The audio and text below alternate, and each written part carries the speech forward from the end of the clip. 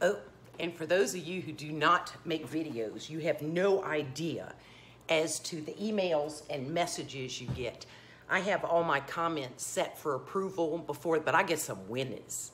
I mean, some real winners. So the latest theme is you're old and you're weird. And then the latest is I'm crusty. That is so gross.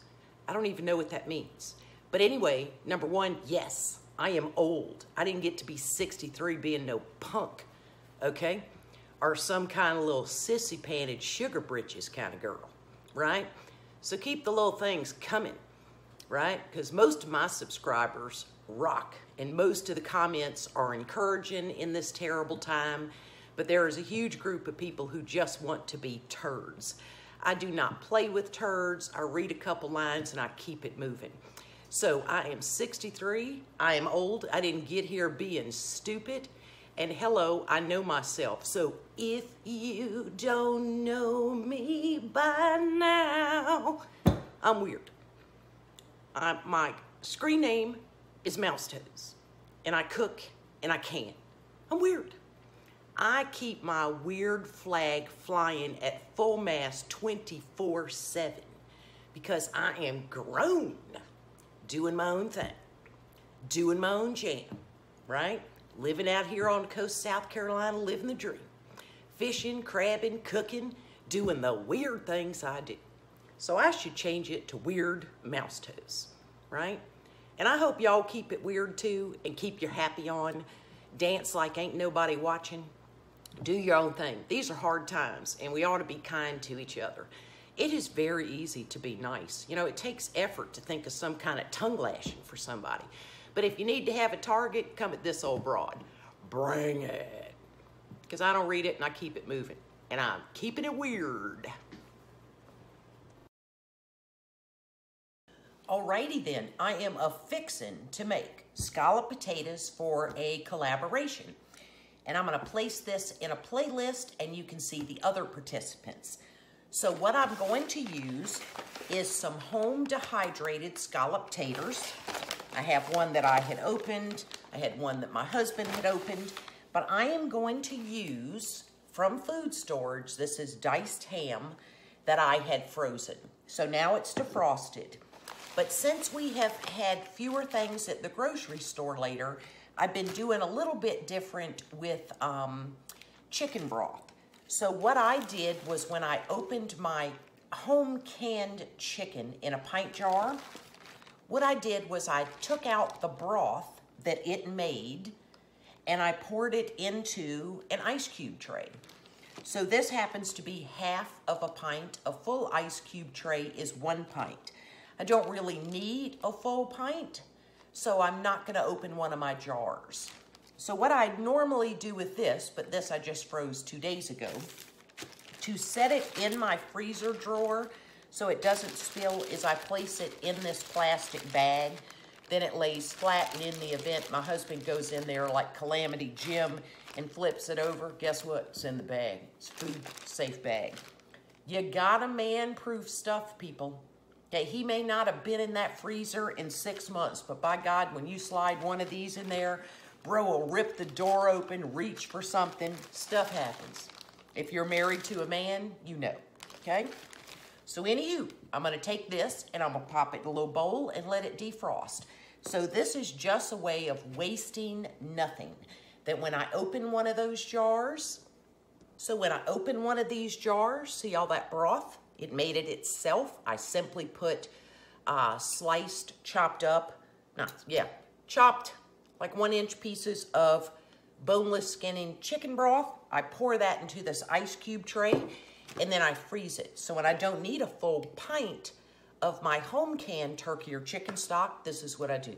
Ice cube trays, they sell them at the dollar store. Guess how much they cost? $1. $1. If I were using fresh taters, then what I would do is I would blanch them. Since I'm using dehydrated, I'm gonna stick them in this here vintage Tupperware bowl of my mama's from back in the day. These things don't die. The lids may die and get yellow, and it's all good. So what I'm gonna do is put water to the rest of us, or water, as we say in South Carolina. Goodness, I'm parched. Do you have any water? And anybody who's done this knows how many of us have gone to pour our Mylar pasta and poured in that right there. So I'm going to fill this with hot water, and I'm gonna let them rehydrate. Then I will drain them in a colander. Okay. Remember, we're all separated from each other. So clearly, I can't even talk to myself at a camera well anymore because we're just kind of waving at people from afar. So my language is suffering greatly. I speak 2 of them, English and Spanish. I can't really manage one now. So anywho, I'm gonna get some hot water in this here, and then I'm gonna let them rehydrate, and then I'm going to drain them in a colander, and we're gonna begin to assemble scalloped taters from food storage. These little frozen things of diced ham are super cheap. If not, I have lots of sliced ham in my food saver bags that I could pull out and chop into diced pieces. So this ain't hard. We're just making scalloped taters from food storage. If I can do it, you can do it. Ain't nothing but a little mouse. I have likely shown you this before, but when I grate cheese, I don't like to buy the pre-grated. If I work full-time, I probably would, but I prefer to use a chunks of cheese that I keep in the freezer and pull out as I need. So what I do is I spray some non-stick cooking spray, and I wipe it up on my grater. This really keeps cheese from sticking to it and makes cleanup real easy. So I'm using a little bit of Monterey Jack. You can use Colby, you can use Sharp, you can use mild. You use the cheese of your choice. You know why? It's your dish. Just because your mama only used one thing, don't mean you can't use anything else.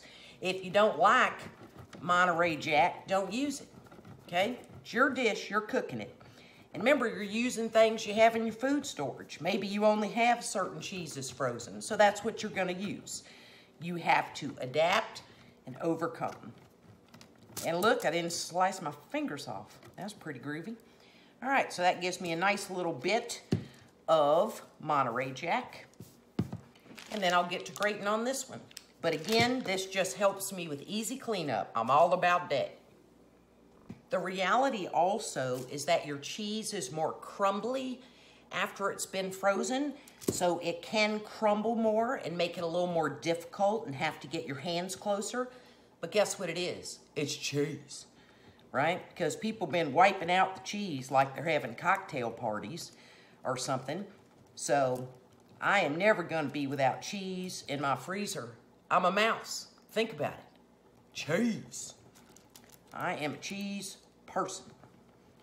And I don't have to worry about getting these little ones down because they will melt in the 325 oven. So just like I'm showing you there's a little bit more of the crumbleness, but it's still cheese from food storage. So there lies my pile of cheese. And tomorrow will be red beans and rice with sausage from the freezer. Food storage, people, will keep you from having to go to the grocery store with all the cooties, okay? Then I will slowly, I'm writing down every single thing I use from food storage, and this will be replaced. I like it. So here is my seasoning, all right? And I also add paprika. That's not paprika, that's nutmeg. I told you, speaking is not easy. Okay, so anywho, I got me a little nutmeg grinder, so I'll use that. But what I use is my own home dehydrated parsley. So I got a 1/4 teaspoon of smoked paprika, a 1/4 teaspoon of white pepper. I do not like black flecks in my white stuff, and taters are white. 1/2 teaspoon of salt, an 1/8 teaspoon of dry mustard. Do you know what you do if you ain't got dry mustard? You don't add it. Adapt, overcome. Ain't the end of the world. Use what you got. Now, just having a real conversation, if you ain't even got salt, that is pitiful, okay? So that would tell me you eat out a lot. Then start saving those little bitty packets you get from the drive-thrus of salt and pepper. But you should have basics of salt and pepper in your house. That ain't rocket science, okay? It's cooking, spices. Here's my lineup. There's my chicken broth. This is 2 cups of cream. That's my spice mix, my nutmeg grinder, my ham. I've got 4 tablespoons of butter, so I have 4 tablespoons of flour, and I have chopped some onion. So what do you do if you don't have cream? Do you have powdered milk? Do you have milk? Adapt. Okay, so what do? Improvise, adapt, and overcome. It ain't rocket science. So I'm going to melt this butter. I'm going to saute my onions. If you don't like onions, don't put it in. It's none of my business if you don't want some flavor, okay? Not my business. And then, so I'll have that. I'll get my onions sauteed. Then I'll add my flour and make a little bit of a roux. It ain't hard. So my potatoes that I rehydrated and put in a colander, I now have laying on a towel to get a lot more moisture out. You would do that even if you're using fresh potatoes that you sliced or did on a mandolin. So this is easy peasy. I may have to voice over part of this since I clearly cannot communicate because obviously I've been texting too much with my social distancing. So anywho, I saute these. You can put garlic in it. I do not like garlic in my scalloped taters. Hence, I don't use it. And notice that my chicken broth from the ice cube tray is nicely melting. And I have buttered a casserole dish. In my case, I used butter. If you don't have butter, use one of your little spray things of olive oil, wipe it around with a paper towel, or you can use bacon grease. And if you're Southern, you got plenty of that. I sure do. Are my taters laying out on a towel, drying. They rehydrated nicely. And I do have a question for the guru of dehydrating, Darcy of the Purposeful Pantry. What the hell happened with that one? It's so hard, and it's ugly. So I'm throwing it away. So I am curious as to what its affliction is. Afflicted, danger. The hardest thing for me with dehydrated goods is, like, I knew that was a whole bag of potatoes in one bag, but I had the other 2 open that I wanted to use. So I can often end up with more than I need. And then I just do what you've seen me doing in the past. I make 2 casserole dishes of it. And this is something very easy to freeze, or in these times of, can't say the P word, don't say the V word, of isolating ourselves, we could share it with somebody. Got lots of elderly in my neighborhood. Wait, I'm elderly, I'm 63. But they're older than I am. So, just sauteing some onions. Ain't hard. If you ain't never cooked, you can do it. Just don't go like yakking on the phone, go down the hall, go under the house. Don't do nothing stupid. Stand there and saute them. Nothing will get burned. When I worked, I used to spend Sunday cooking meals, like getting meatloaf ready, making meals from when we came home from work. We didn't have a microwave because, like I said, I'm old, and back in the day, they were $500. Ain't nobody had $500 for a microwave. Okay, you can get them for $80 now. But anywho, I used to shred cheese and put it in a sucky bag, which is a food saver bag. So then I didn't have to buy the shredded with its digestible wood pulp. So if I did that, you could do it. If not, just get you a chunk of cheese, freeze it, and grate it when you need it. It ain't hard. So my onions are where I want them, and now I'm going to put my flour in here. 4 tablespoons, all purpose. I don't think you can use self-rising for this. We ain't making a biscuit or a pancake. So I'm just going to stir it around, let it absorb this butter. Oh, yeah. Oops, made too much noise.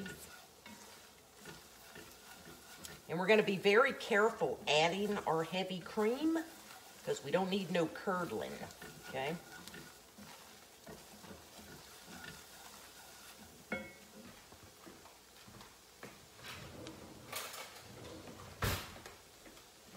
So I'm going to turn my heat down to low. Just want to do this about 2 minutes. You ain't making a real roux, you know, that can take forever. We ain't going for a chocolate brown.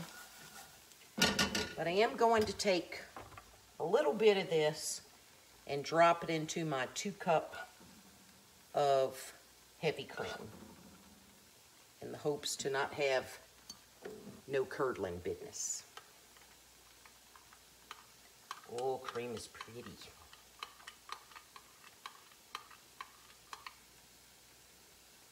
So far, so good. Yep, that warmed it up a little bit. We can put a little bit more.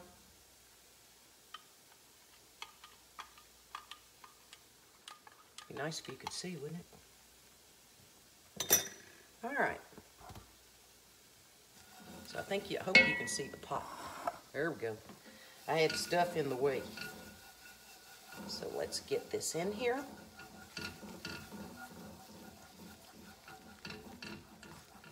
Remember, you could be using milk. You could be using powdered milk. So now I'm going to take this opportunity to pour in my non-heated ice cube trays, and that will help with this. So I'll get these 2 cups in and I'll bring you back.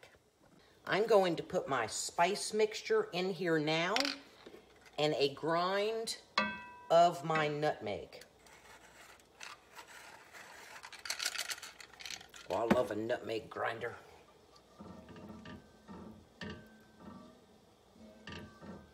If I need more liquid, I'll be adding milk to it if it gets too thick on me. Because remember, I'm going to be adding those potatoes to this mixture.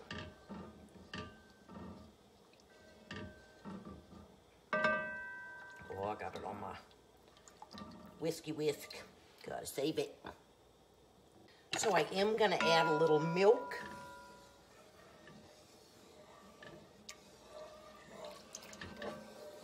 That was probably half a cup. That feels much better for movement.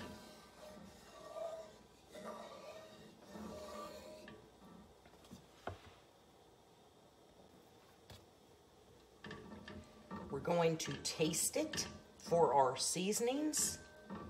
Potatoes don't have a strong flavor, so it certainly is what you add to it.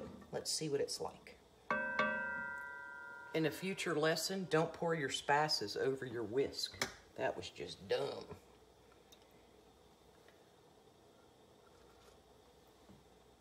Oh, that's perfect.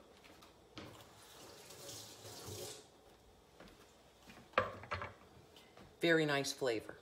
I'm going to add the ham.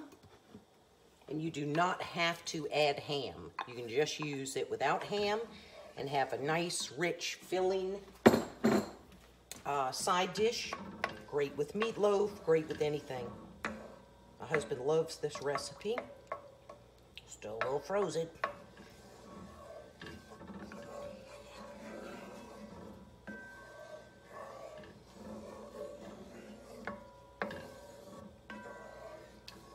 Still ain't hard. Going to add some of your cheese now. I have turned my heat up to medium. Grabbed it with my very clean hand. This is a clean hand kind of world now. You know I always talk about wash your darn hands before this ever happened. So my heat is up to medium because what we're gonna do when we add our potatoes, we're gonna layer half of this mixture into a casserole. We're then going to sprinkle that with a layer of cheese, cover with more of this mixture, and add more cheese to the top. Mo cheese. You feeling a theme? Yeah. So now we're going to add our potatoes. I have that towel of them well away from my burner. We want to completely coat. And remember, these are not cooked. They're just dehydrated.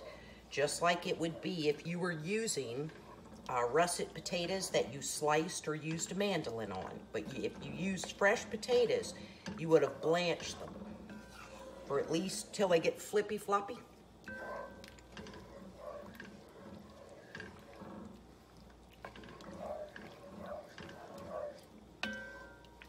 And the flavor, once I added that handful and a half of cheese, woo, Lord. Yeah, buddy. And if I decide not to use all of these potatoes in this, I can always use them for something else. That is the joy of having a food storage. Let's keep coating these. I like this much better than layering potatoes, then ham, then pouring over your liquid, because all of the potatoes really get coated this way. I think I will use, look, there's another little funky monkey. Rejected. I'll keep incorporating. You do get to a point where you're adding more and more that you're gonna need to use your tongs to really, really coat them. I do not ever enjoy an au gratin or scallop potato when you get to that middle part and you have some that were exposed. They get a little crunchy. So this has been my go-to recipe for a long time. And of course, it's my husband's favorite. So all I'm doing is moving them around. Another reason I always start with a clean stovetop is for these spastic moments where I miss a very large pot, and then I can pick them up and I know this stove was clean. I ain't fixing to waste nothing.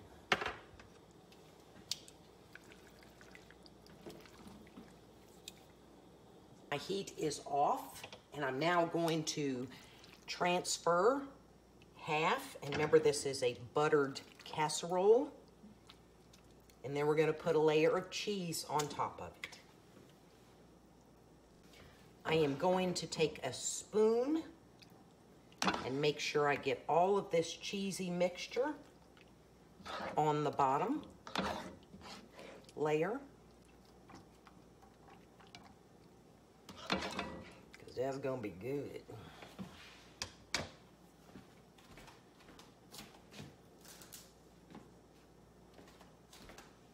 So here we're incoming with a layer of that shredded cheese.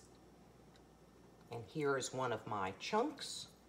This is going to cook at 325 for 30 minutes covered, then 325, 30 minutes uncovered. There will be ample time for that to have melted. And now I'm going to put the other layer on. Come over here where you can see more bettering, and I need a spoon.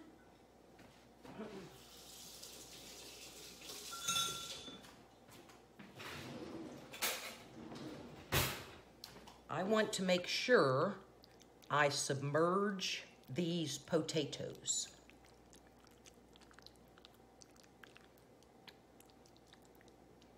And if I get anything stuck on the side, I'll be wiping it off. And here is our last layer of cheese. There's a nice little chunk. And I'll be placing this on a cookie sheet, another chunk, so that in the event anything boils over, I won't have a smoking oven the next time I use it.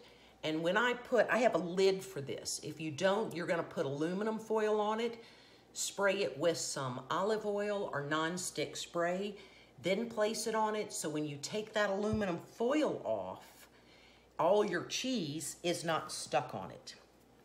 And another reason I like to use wax paper is I can pick it up and get all that cheese out of there. You know I don't like to waste. I'm a cheap mouse, and I just ain't having it. And I grated that cheese. That took some effort. Anything worth eating usually does. I changed my mind because I can. I'm going to use my aluminum on the top.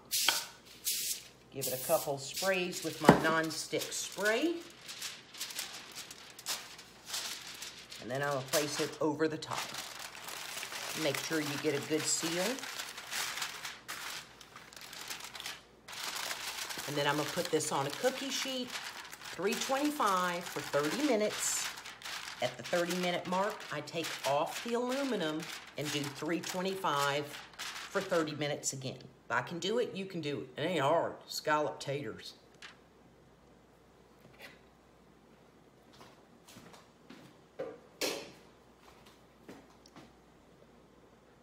So 30 minutes is up, and we want to peel off this aluminum foil.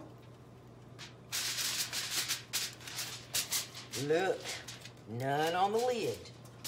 Oh, that's pretty. Okay, so back in the oven at 325 for 30 more minutes. Oh, Lord, looks good. Lord, Lord, there it is after being in there.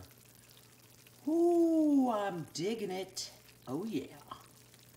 Lord, Lord, there it is after 30 minutes with the top off. And I did get a little droolage, so I'm very glad I put it on a cookie sheet. And this will literally, this is like napalm hot at the moment, so I'm not going to do anything. In about 10 minutes, I'm going to use a paper towel and pick up some of that oil from the cheese, because ain't nobody need that. But that is a beautiful thing, and then we'll cut into it. Lord, scalloped potatoes from food storage. Okie dokie, it sat there 20 minutes. That's as long as I can wait. Let's take a looky-loo. Oh, the potatoes are perfect. A spoon slides right in there. Good God, this is still molten hot. Oh, yeah. Look at that. You can smell the ham. Okie dokie, so that was my little bitty rant. So now we move on to the 10-minute meal. And I'm going to put in the description box the other channels who are also in this collab for 10-minute meals from food storage. And don't say this ain't no 10-minute meal, because if you've got cheese shredded, you have your potatoes dehydrated, it's just a matter of putting it together. And please do not forget to use Thrive cheese. That stuff is fantastic. And with 3 little tablespoons of water, you rehydrate it, and it is fabulous. So I'll have a link in the description to the other channels doing it. And this was delicious. And I'm going to put it up in some plastic containers, and we're going to munch on this for a few days. 10-minute meal from food storage. If I can do it, you can do it. It fit into a very nice large square plastic container, and I need to let it cool. And I also, as I've shown you in the past, I wallow around a little hole in the middle. I need the cool to be able to get all the way through. But please check the description box, because it's a collaboration. 10-minute storage meals from food storage. It's a collaboration. Yeah.